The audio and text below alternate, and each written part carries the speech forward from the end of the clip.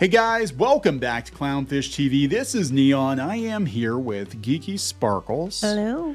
And we're going to talk about the WGA strike and the fallout and Drew Barrymore. Apparently her head writers are not coming back to her show because they're very, very angry with her. Well, that's okay. I'm sure there are other writers who will gladly take the job. I'm sure. I think she'll be okay. But we're going to talk about it because they actually had her in this article from Vanity Fair talking about the winners and losers of the writers' strike, and they actually voted her as one of the biggest losers. Really? Even though she didn't violate her own contract. Yeah, she, and she was just trying to keep everybody employed so they didn't lose her show. Right. Well, cost a bunch of people jobs.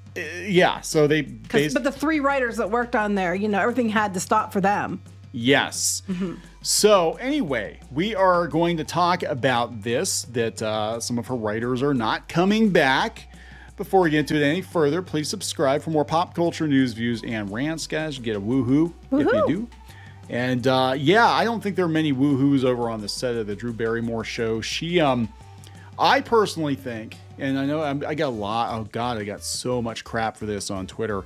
From a certain type. From a certain type of person, but I think the WGA should actually apologize to her because she didn't violate her sag-aftra contract. No, and she wasn't going to violate their contract either, but that was, you're crossing the picket line. Yeah. And they basically destroyed her show. Well, while the actors are on strike, none of these writers better be pitching shows or crossing the picket line to do any writing projects until the actors get their money and get what they're getting, because otherwise they're scabs. Yeah. They're calling her a scab. We have people, and a lot of people. Yeah, but I'm saying the writers, if they go back to work when the actors are on strike, then they'd be scabs. You would think, because they were all supposed to be in this together, right? Right.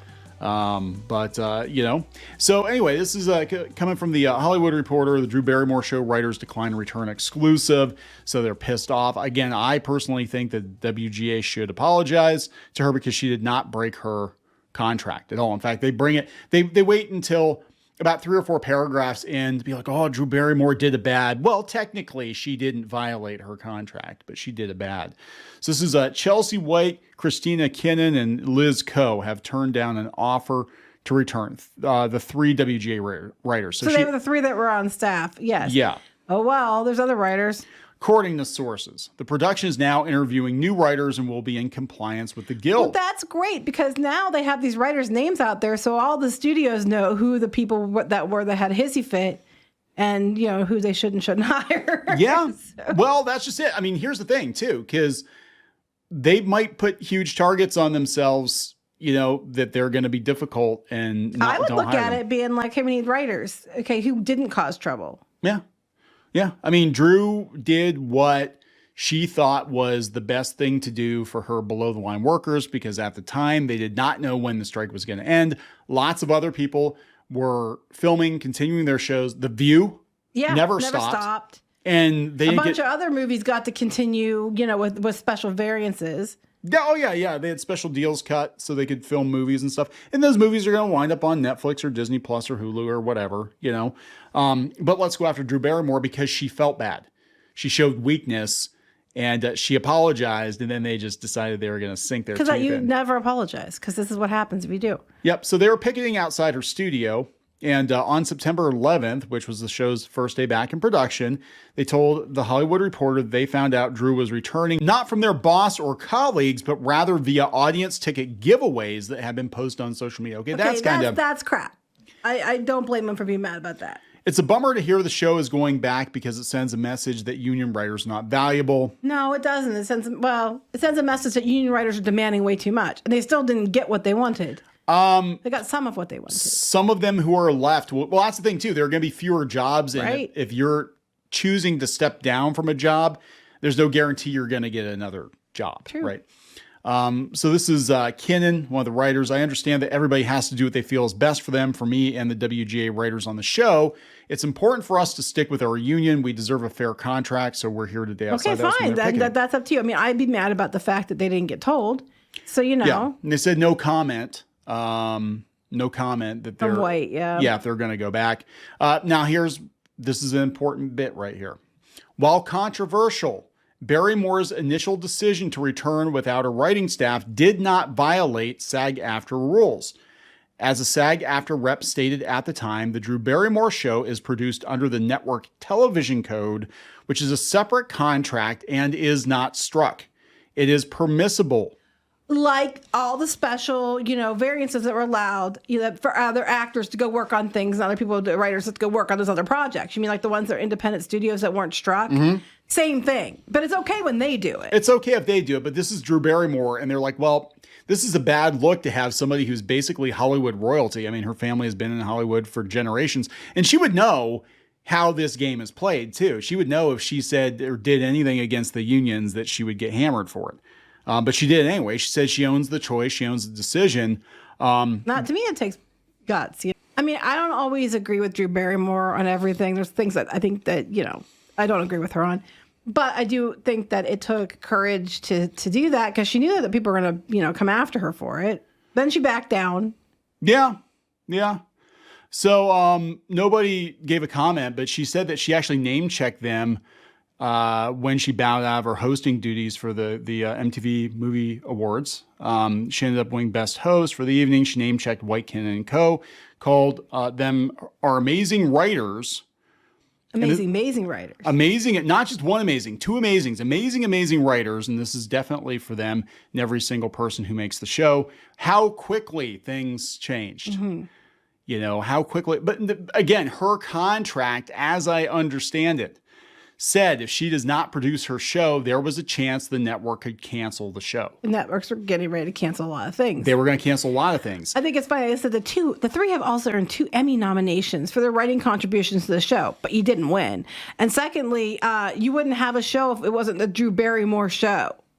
Like no one would give 2 shits about your writing on the show if there wasn't, she wasn't there doing the show. Yeah, it's like nobody cares who you are, and yeah. I mean, I hope it's worth it for them. I mean, obviously there wasn't. They got to do what's best for them. They said, fine, do what's best for you. But I don't think it's gonna be that much of a problem because they'll just get new people. It's no big deal. Yeah, and she'll keep on keeping on. I mean, average people don't even probably notice. They're like, oh, it's just a rerun. Drew Barrymore show. It's a rerun. Yeah, they're not really paying attention to that. And honestly, the strikes, normal people, if you didn't live in LA, really didn't notice anything. I mean, the new shows aren't coming out. The new seasons and stuff aren't coming out now, and stuff's going to be canceled on that. But I mean, it's like, yeah. People probably stuff gets canceled all the time. We had a lot of interruption during the pandemic. I think people were kind of used to it now. But anyway, there was this article on Vanity Fair, and they talked about the winners and losers. And I will give a shout out to Drew Carrey. Not that he cares what I think, but I thought this was very, very cool. Apparently he picked up the tab at Bob's Big Boy in Burbank, or the Swingers Diner near Beverly Hills, for anybody who was WGA that needed food. If they wanted to take their family out to eat or something, they were on strike. He actually picked up the tab. He spent over $400,000. That I do respect. Yes, $400,000 at the Big Boy he spent.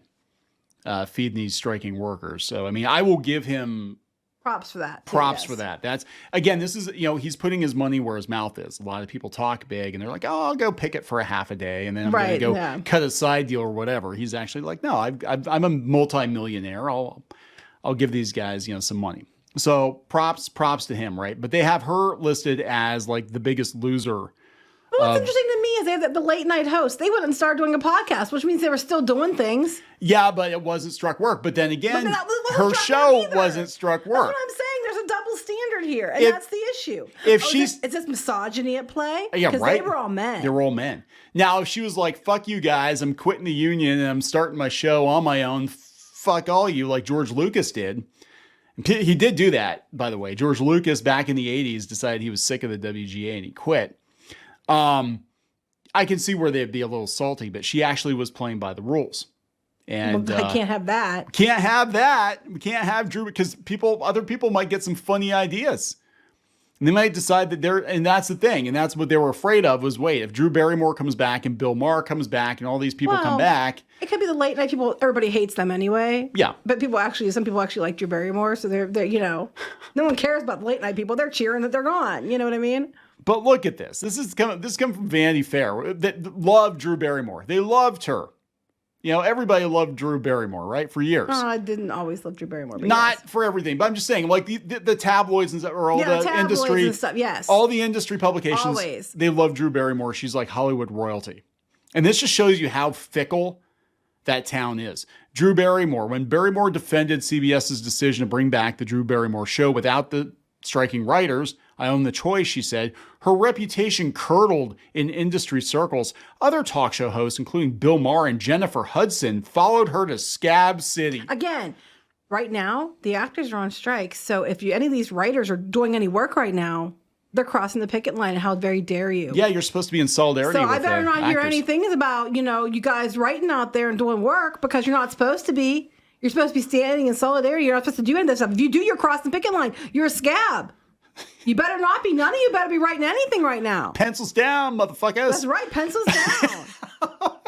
So, after facing down the picket, getting dropped as the host of the National Book Awards, and drawing criticism from fellow celebrities for her word salad apology video, Barrymore announced that she was shutting down until the writer's strike ended. Some of the celebrities that are probably on Hissy Fit are the ones that got themselves, side deals. Yes. Hudson and Maher shut their shows down, as well as The Talk. They chose to pause too. Yeah, but The View did it the whole View time. never. And The View is their darling, is the leftist darling, and it's and you know what? They didn't shut down once. But I don't see you there over there harassing them. I don't see you out there saying things to them. Wouldn't they be the biggest losers? Shouldn't they be? Because they continued. Yeah, put Joy and Whoopi on the train to Scab City. That's right. Yeah, they're their mayor. Who's the mayor of Scab City? They're all sharing the mayoral duties. And that will go down the memory hole. I guarantee you that will go down. You're not going to have somebody show up on The View. I'd be very surprised. It would take a pair of balls if they did. Show up on The View and be like, hey, so Whoopi, how come you never shut the show down? Mm-hmm. How come you guys just kept on going? Well, humna, Disney, humna. Well, to be fair, Whoopi Goldberg's always getting herself into trouble by saying some racist something. That's true. She is.